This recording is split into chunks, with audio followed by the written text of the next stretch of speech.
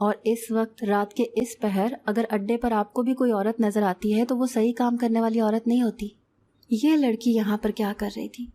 مجھے تو کسی فلم کا سین یاد آ گیا کہ کہیں اس کو مدد کی ضرورت تو نہیں تھی، اپنی شادی سے بھاگ کر تو نہیں آئی تھی۔ میں پہلے تو اسے دیکھ کر تھوڑا نیچے جھک گیا تھا، لیکن اب اٹھ کر بیٹھ گیا کہ اس کو مدد کی ضرورت ہے تو میں ہی اس کی مدد کروں گا۔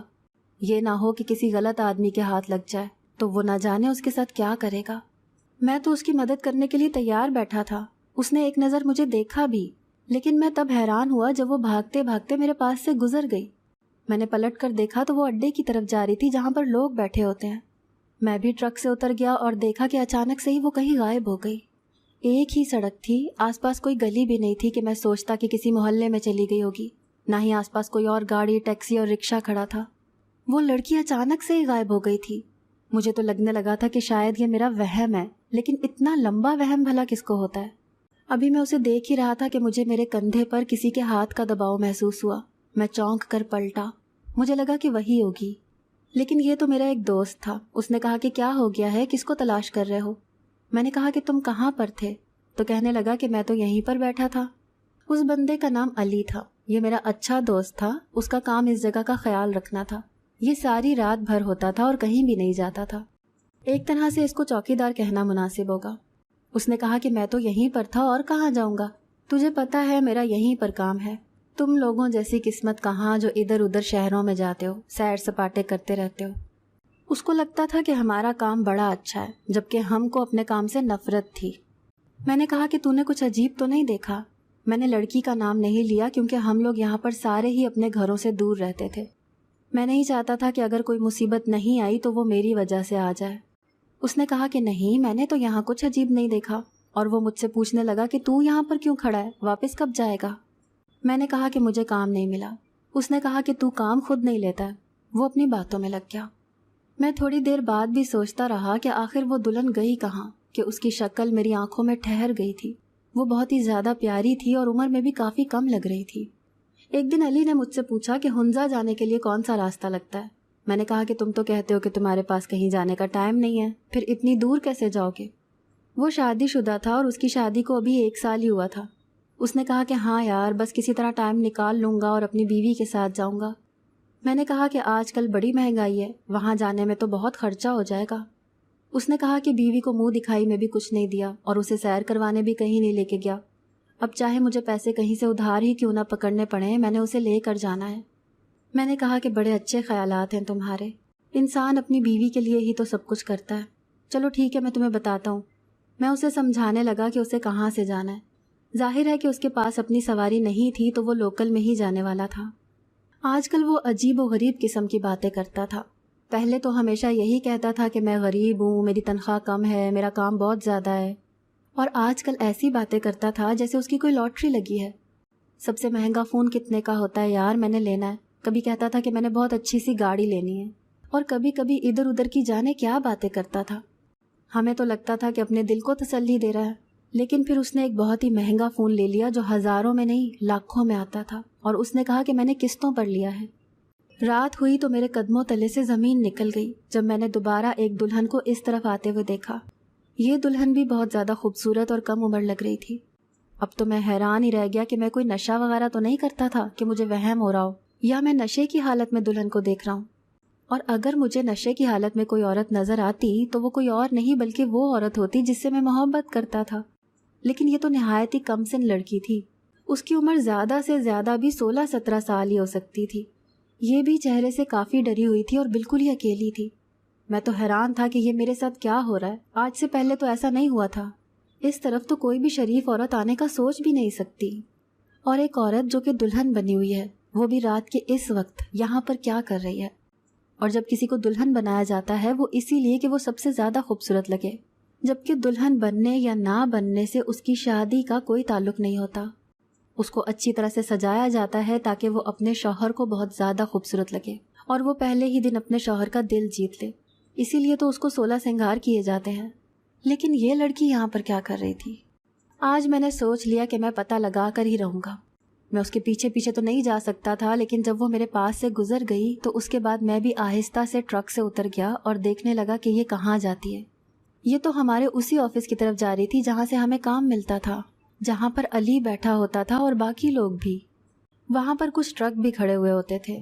مجھے نہیں پتا تھا کہ مجھے ابھی اس سے بھی زیادہ حیران کن منظر دیکھنے کو ملے گا، کیونکہ میں نے دیکھا کہ نہ صرف وہ لڑکی اس طرف گئی بلکہ ایک ٹرک کے نیچے چلی گئی۔ ٹرک اتنا اونچا ہوتا ہے کہ ایک پتلی سی لڑکی اس کے نیچے آسانی سے جا سکتی ہے، لیکن وہاں پر صرف لیٹنے کی جگہ ہوتی ہے۔ میں حیران رہ گیا کہ یہ لڑکی کس سے چھپ رہی تھی، لیکن اگر اس کے پیچھے کوئی تھا تو پھر یہ کسی سے مدد بھی تو مانگ سکتی تھی۔ یہ تو بڑے آرام سے چلتی ہوئی آئی اور ٹرک کے نیچے لیٹ گئی۔ میں اس طرف جانے لگا کہ دیکھ سکوں کہ وہاں پر کیوں گئی ہے اور کیا کر رہی ہے، جبکہ مجھے میرے دوستوں نے روک لیا اور انہوں نے کہا کہ کہاں جا رہے ہو؟ ان میں سے 2-3 نشے میں تھے۔ اگر میں ان کو کہتا کہ یہاں کوئی لڑکی آئی ہے تو یہ تو مصیبت کو دعوت دینے کے برابر تھا، اسی لیے میں ایسا نہیں کرنا چاہتا تھا، میں تو اس کی مدد کرنا چاہتا تھا۔ انہوں نے مجھے اپنی باتوں میں لگا لیا اور جب میں نے پلٹ کر دیکھا تو وہ لڑکی وہاں پر نہیں تھی۔ جس ٹرک کے نیچے وہ چھپ کر لیٹ گئی تھی وہ جا چکا تھا، لیکن حیرانگی کی بات یہ تھی کہ اس کے نیچے لڑکی بھی نہیں تھی۔ میں بڑا حیران تھا کہ یہ سب کیا ہو رہا ہے، یہ لڑکیاں یہاں پر کیوں آ رہی تھیں اور یہاں سے غائب کیوں ہو رہی تھیں۔ یہاں کا جو پولیس تھانہ تھا جس کو یہاں کے محلے لگتے تھے، میں وہاں چلا گیا۔ وہاں پر میرا ایک دوست کام کرتا تھا، اس کے پاس جا کر بیٹھ گیا۔ اس کا کام ہی رپورٹ لکھنا ہوتا تھا۔ میں نے کہا کہ آج کل کس قسم کی رپورٹ درج کر رہے ہو؟ کسی کی گمشدگی کی رپورٹ تو نہیں درج ہوئی؟ لیکن ایسا کچھ نہیں تھا۔ اس نے کہا کہ تم کیوں پوچھ رہے ہو؟ اپنا کام چھوڑ کے جاسوس تو نہیں بن گئے ہو؟ میں نے اسے کہا کہ نہیں، ایسی کوئی بات نہیں ہے۔ ویسے مجھے بتا دینا چاہیے تھا، لیکن میں اسے بھی نہیں بتا سکتا تھا۔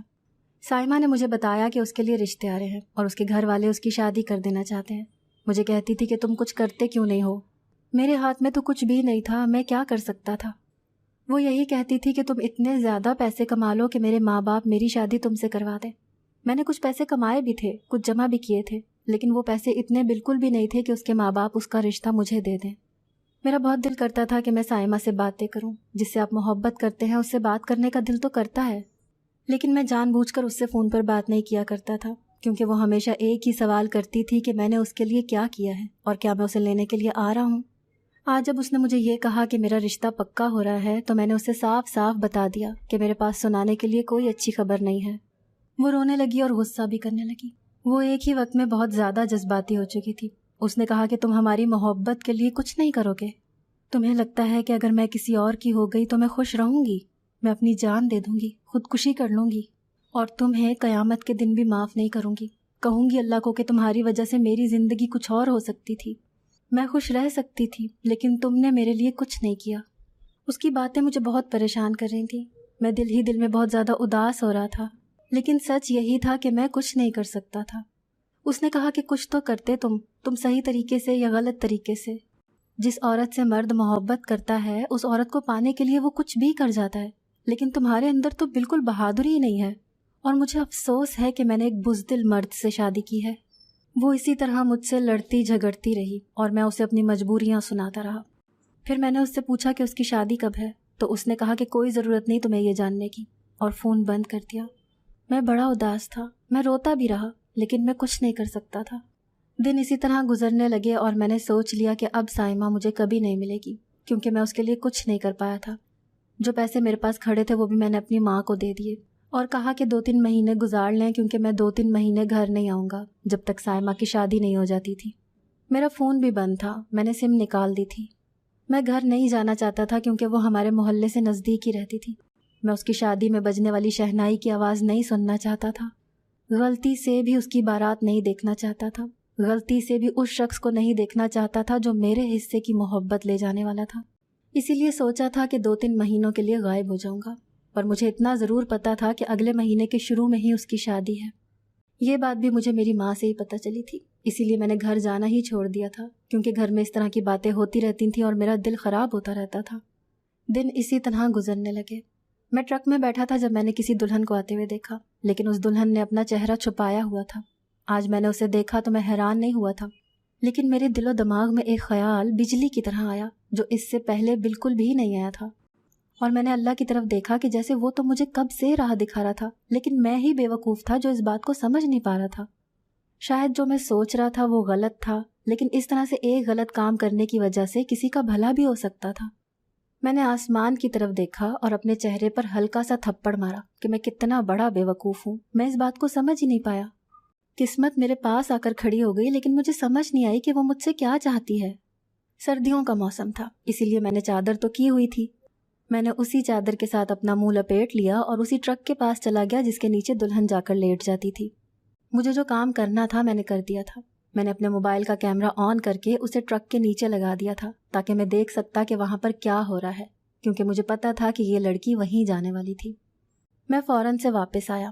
جب میں نے اس لڑکی کو دیکھا تو وہ کافی دور تھی، لیکن اب وہ قریب آ رہی تھی، اور اب مجھے اپنے دماغ میں آئے پلان پر عمل کرنا چاہیے تھا۔ جو بات میرے دماغ میں نہیں آئی وہ اب آ چکی تھی۔ اس دلہن کو میں نے دیکھا جس نے اپنے گلے میں لاکھوں کے زیورات پہن رکھے تھے۔ آج کل سونے کی قیمت کتنی زیادہ ہو گئی تھی کہ جتنا سونا اس ایک دلہن نے پہنا ہوا تھا وہ کم سے کم بھی 10 لاکھ روپے کا بنتا تھا۔ اس سے پہلے بھی 2 لڑکیاں یہاں آئی تھیں، انہوں نے بھی ایسے ہی سونا پہنا ہوا تھا۔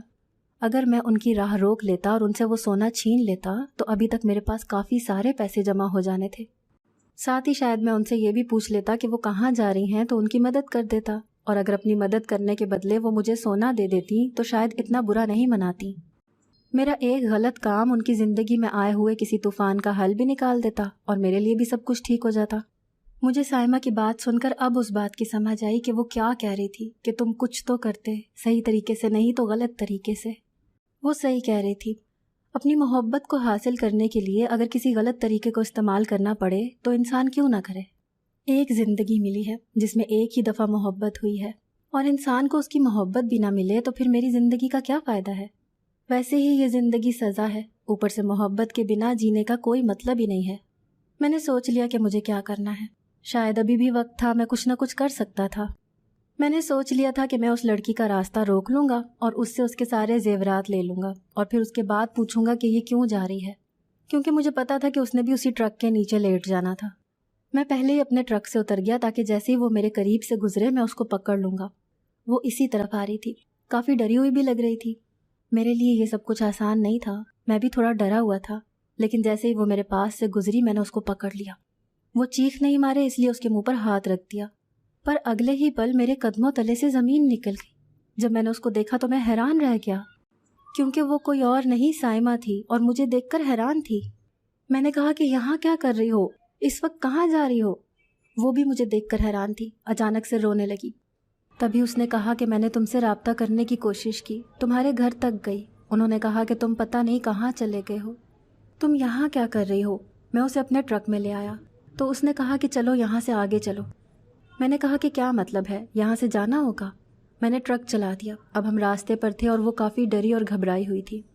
میں نے اسے آرام سے پوچھا کہ کیا بات ہے۔ اس نے کہا کہ میں کسی اور سے شادی نہیں کرنا چاہتی تھی، اسی لیے گھر سے بھاگ گئی اور میں تمہیں تلاش کرتی ہوئی یہاں پر آ رہی تھی۔ مجھے تمہارے دوست علی نے کہا تھا کہ وہ مجھے تمہارے پاس لے جائے گا، لیکن یہاں پر بہت زیادہ لوگ ہوتے ہیں، اسی لیے مجھے پہلے ایک ٹرک کے نیچے چھپنا ہوگا، اور اس کے بعد اسی ٹرک کے اندر راستہ ہے جو نیچے سے کھلتا ہے، میں اس کے اندر بیٹھ جاؤں گی اور وہ مجھے تمہارے پاس لے جائے گا۔ میں یہ سن کے حیران رہ گیا، کیونکہ میرے دوست نے تو مجھ سے کوئی بات ہی نہیں کی تھی۔ مجھے پہلی 2 لڑکیاں بھی یاد آنے لگیں۔ وہ لڑکیوں کو بے وقوف بناتا تھا اور انہیں اسی طرح کہیں اور لے جایا کرتا تھا۔ مجھے سائمہ نے کہا کہ اس نے مجھے بتایا تھا کہ تم کہاں ہو، اور تم یہ بھی جانتے ہو کہ وہ مجھے تمہارے پاس لے کر آ رہا ہے۔ میں نے سائمہ کو کچھ نہیں کہا کیونکہ میں اسے ڈرانا نہیں چاہتا تھا۔ اس نے کہا کہ میں گھر سے بھاگ کر آئی ہوں، اب اگر میں واپس گئی تو بہت بڑا فساد بن جائے گا۔ سب لوگ یہی سمجھتے ہیں کہ میں تمہارے ساتھ بھاگ گئی، تم مجھے لے کر گئے تھے۔ ہم لوگوں نے جا کر نکاح کر لیا اور اس کے بعد میں نے اسے اپنے گھر پر چھوڑا۔ وہاں پر پہلے سے ہی اس کے ماں باپ اسے تلاش کرنے آئے ہوئے تھے۔ وہ بہت زیادہ غصے میں تھے، سائمہ سے ناراض تھے، اس کے ساتھ جینا مرنا ختم کر کے چلے گئے، لیکن میں نے اسے تسلی دی کہ سب ٹھیک ہو جائے گا۔ اس کے بعد میں علی کے پاس گیا اور میں اکیلا نہیں تھا، پولیس کو ساتھ لے کر گیا تھا۔ میں نے ان کو سب کچھ بتا دیا کہ یہ اسی طرح لڑکیوں کو یہاں پر بلاتا ہے کہ ان کی مدد کرے گا، اور پھر نہ جانے ان کو کہاں غائب کر دیتا ہے۔ جس ٹرک کے نیچے لڑکیاں جایا کرتی تھیں اس کے نیچے ایک راستہ بنا ہوا تھا، اور اس کے بعد لڑکیاں وہاں سے غائب ہو جاتی تھیں۔ یہ ایسا ہی تھا جیسے کسی پرانی حویلی میں زمین کے اوپر تہہ خانے کا دروازہ ہوتا ہے۔ تبھی تو اس کے پاس اچانک سے پیسے آ گئے تھے اور وہ اس طرح کی باتیں کرتا تھا۔ پولیس نے اسے پکڑ لیا اور پوچھ گچھ کرنے کے بعد ہی پتہ چلا کہ وہ ان لڑکیوں کو بیچ چکا تھا۔ ایک لڑکی تو واپس مل گئی، لیکن دوسری لڑکی کو بھی تلاش کیا جا رہا تھا۔ سائمہ میری بیوی تھی جیسے بھی، پر وہ میری زندگی میں آ چکی تھی۔ شاید مجھ پر یہ اللہ کا کرم تھا اور اب مجھے شکر ادا کرنا چاہیے تھا اور اپنے آپ کو ٹھیک کرنا چاہیے تھا۔ میں دن رات محنت کرنے لگا اور اپنے گھر والوں کا، اپنی بیوی کا پیٹ پالنے لگا۔ اسی طرح اس کے ماں باپ نے بھی اسے معاف کر دیا اور سب کچھ ٹھیک ہو گیا۔ جس لڑکی کی ہم نے جان بچائی تھی، جس کو علی نے بیچ دیا تھا، اس کے ماں باپ بہت زیادہ امیر تھے۔ انہوں نے خوش ہو کر مجھے رہنے کے لیے ایک گھر بھی دے دیا اور میری بہتر نوکری کا انتظام کیا۔ میری ساری زندگی بدل گئی تھی اچانک سے۔ میری زندگی میں سب کچھ ٹھیک ہو گیا تھا۔ شاید یہ سب سائمہ کی دعاؤں کی وجہ سے ہوا تھا۔ وہ مجھ سے سچی محبت کرتی تھی اور اللہ نے اس کی زندگی میں سب کچھ ٹھیک کرنا تھا۔ اس کی وجہ سے میری زندگی کا رخ بھی بدل گیا اور سب کچھ ٹھیک ہو گیا۔ اگر آپ کو آج کی ہماری کہانی پسند آئی ہے تو اسے لائک کیجیے اور اپنے پیاروں کے ساتھ شیئر کیجیے، اور ہاں، اگر ابھی تک آپ نے ہمارا چینل سبسکرائب نہیں کیا تو ضرور کیجیے۔ ملتے ہیں کل ایک نئی اور دلچسپ کہانی کے ساتھ، تب تک کے لیے اللہ حافظ۔